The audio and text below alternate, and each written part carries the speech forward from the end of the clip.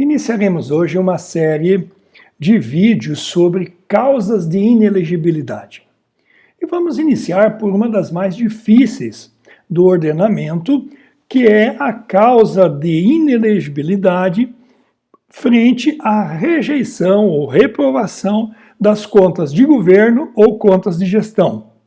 Essas contas, elas dizem respeito aos agentes públicos que de uma ou de outra forma exerceram cargos públicos, podendo ser por mandatos como prefeitos, governadores, presidente da República, presidente de câmaras de vereadores, presidente de assembleias legislativas e presidente da Câmara dos Deputados Federais e do Senado Federal. Estes presidentes, no exercício dos mandatos, eles são gestores e, sobretudo, ordenadores de despesas. Além destes cargos ocupados por mandatos, nós também temos cargos ocupados por servidores públicos em cargos de direção e, por ordem do chefe do executivo, por meio de um decreto, ele passa a ter a função de ordenador de despesa. Significa aquele que faz a administração financeira dos recursos financeiros dentro da pasta. Em outras palavras, é aquele que diz o que pode e o que não pode gastar. Muito bem, estas pessoas, no exercício desta função, elas vão ser julgadas a respeito das suas contas, desta gestão administrativa. E nós temos dois tipos de contas. As contas de gestão propriamente dita, que dizem respeito a atos administrativos, tais como as compras, contratações, oriundas das leis da lei de licitações e da lei do pregão, ou de outros ordenamentos internos do município, por exemplo, pode ter o seu pregão por meio de um decreto municipal regulamentado.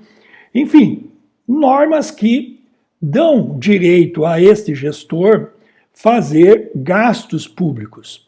E temos também as contas de governo, que são exercidos aí sim exclusivamente pelos chefes do Poder Executivo, em que extrapola a função administrativa de gestor financeiro, mas sim também do gestor capital do município, né? Então ali entra as políticas públicas, a aplicação dos percentuais mínimos na educação e da saúde, vão tudo para julgamento geral lá nas contas de governo. Pois bem, até recentemente, o STF não tinha se manifestado a respeito de quem que de fato tem poder e legitimidade para julgar estas contas. E nós vínhamos aí até outras eleições sob o crivo de que os tribunais de contas, nos pareceres prévios que eles emitem, poderiam inclusive ter reflexos para estas contas de gestão e de governo nos municípios de forma geral, e então estes administradores, especialmente os prefeitos, tinham lá o parecer pela reprovação, pela rejeição daquelas contas. E esta reprovação causaria, então, a inelegibilidade, ou seja, a proibição de concorrer a cargo público. Pois bem, recentemente, o STF, numa decisão em que ele, nos recursos extraordinários 848, 826 e os 729, 744, ele decidiu, o STF, no pleno, de que as contas de gestão e de governo dos municípios devem ser julgadas primordialmente pela Câmara de Vereadores. E então, isso deu uma celeuma, deu uma reviravolta no mundo das contas junto aos tribunais de contas dos estados, especialmente porque é esses tribunais que fazem a apreciação das contas dos municípios e das câmaras de vereadores, quando eles tinham a coordenação e a prevalência de que o seu parecer prévio já gerava a inelegibilidade. Pois bem, com a decisão do STF, que disse o seguinte: não, o Tribunal de Contas é um órgão auxiliar da municipalidade ou do Estado. No caso da União, temos o Tribunal de Contas da União, que vai fazer o auxílio às contas da União. E esse parecer prévio, por isso ele se chama parecer prévio, tem unicamente uma função de auxílio para o julgamento lá na Câmara de Vereadores. Mas esse julgamento, ele não deu poderes irrestritos, amplos, para a Câmara julgar qualquer ato de gestão para com os administradores públicos.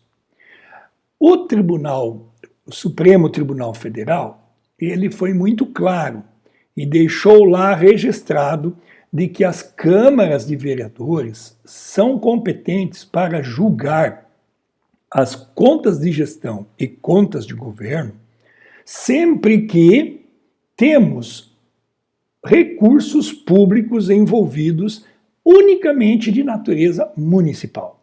Ou seja, o dinheiro arrecadado por meio dos impostos municipais e que são utilizados e administrados pelos prefeitos, estes dinheiros devem ser julgados, estes gastos devem ser julgados pela Câmara de Vereadores, ali na municipalidade.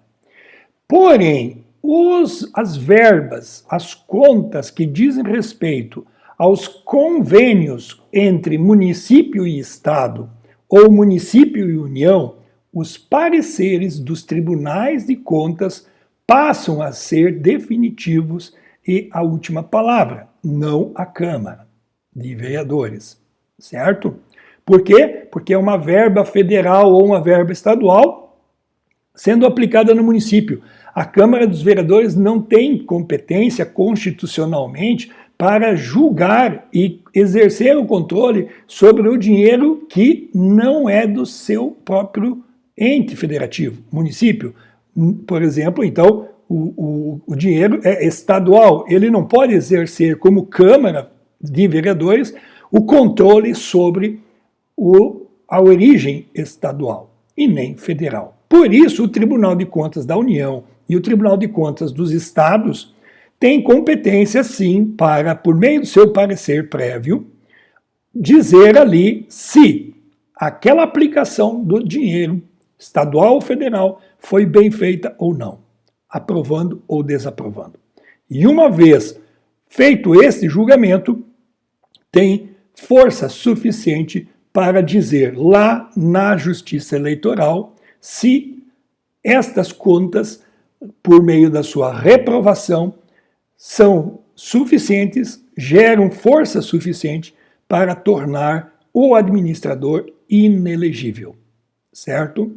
Pois bem, vamos então aqui delimitar que neste primeiro momento nós estamos trabalhando sob a ótica de que os estados e a União, quando fazem convênio com os municípios, eles vão ser fiscalizados, tanto estados, União e municípios, pelo tribunal competente. Se nós temos um empreendimento no município com verba pública federal e verba pública estadual e municipal, nós vamos ter o julgamento de acordo com a rubrica de cada um. Aquilo que diz respeito aos dinheiros públicos federais, o Tribunal de Contas da União, por meio daquele convênio, vai julgar dentro do seu limite de valores aplicados. E dos estados, do Estado, automaticamente o Tribunal de Contas do Estado. Se do município, a Câmara de Vereadores. E vou trazer o subsídio para isso. Aqui nós temos um agravo regimental no recurso especial eleitoral 364.74 de 2016, da relatoria da ministra Rosa Weber. Esse recurso, ele tem sido paradigma para dar esse norte sobre o limite de julgamento das câmaras e dos tribunais de contas. Diz aqui a ementa do recurso julgado, já. Eleições 2016, agravo regimental em recurso especial eleitoral, registro de candidatura, cargo para prefeito, deferido. Inelegibilidade.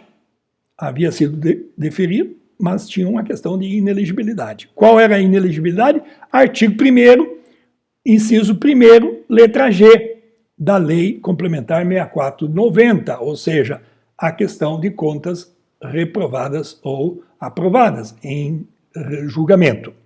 Contas relativas a recursos repassados pela União ou pelo Estado. Tribunal de Contas, órgão competente para o julgamento, decisão do Supremo Tribunal Federal nos recursos que eu antes citei. Então, esse aqui é o paradigma que serve de norte para deixar bem claro o limite de cada competência. Portanto, diz ainda o comentário da ementa, em se tratando de contas atinentes a recursos repassados pela União ou pelo Estado, a competência para o julgamento não é da Câmara de Vereadores, e sim do Tribunal de Contas respectivo. Inaplicável o entendimento firmado pela Suprema Corte no julgamento dos recursos extraordinários 848, 826 e 729, 744 precedentes. O que nós acabamos de trabalhar, de falar, certo? Uma outra questão de muita importância que precisa ser dito, que muitas vezes as câmaras de vereadores, ao julgar as contas de gestão, desprezam o parecer prévio do Tribunal de Contas porque acha que ela, como Câmara, tem a última palavra sobre tudo. Pois bem, o Tribunal Superior Eleitoral já decidiu também. Parecer prévio, Tribunal de Contas, condição de procedibilidade de acordo com o artigo 31, parágrafo 2º da Constituição da República. Esta Corte entende, na esteira da interpretação do artigo 31, parágrafo 2º da Constituição Federal, sob a luz da inelegibilidade da linha G, que o parecer prévio do Tribunal de Contas é a etapa imprescindível para o julgamento de ajuste contábil de prefeito pela Câmara Municipal. Não pode pular o parecer prévio, tem que enfrentar aí na Câmara de Vereadores. Aqui, então, vamos deixar a primeira etapa destes vídeos sobre as causas de inelegibilidade, a letra G do artigo 1º da Lei Complementar 64/90, que trata das contas de gestão e contas de governo, sobre reprovação ou não.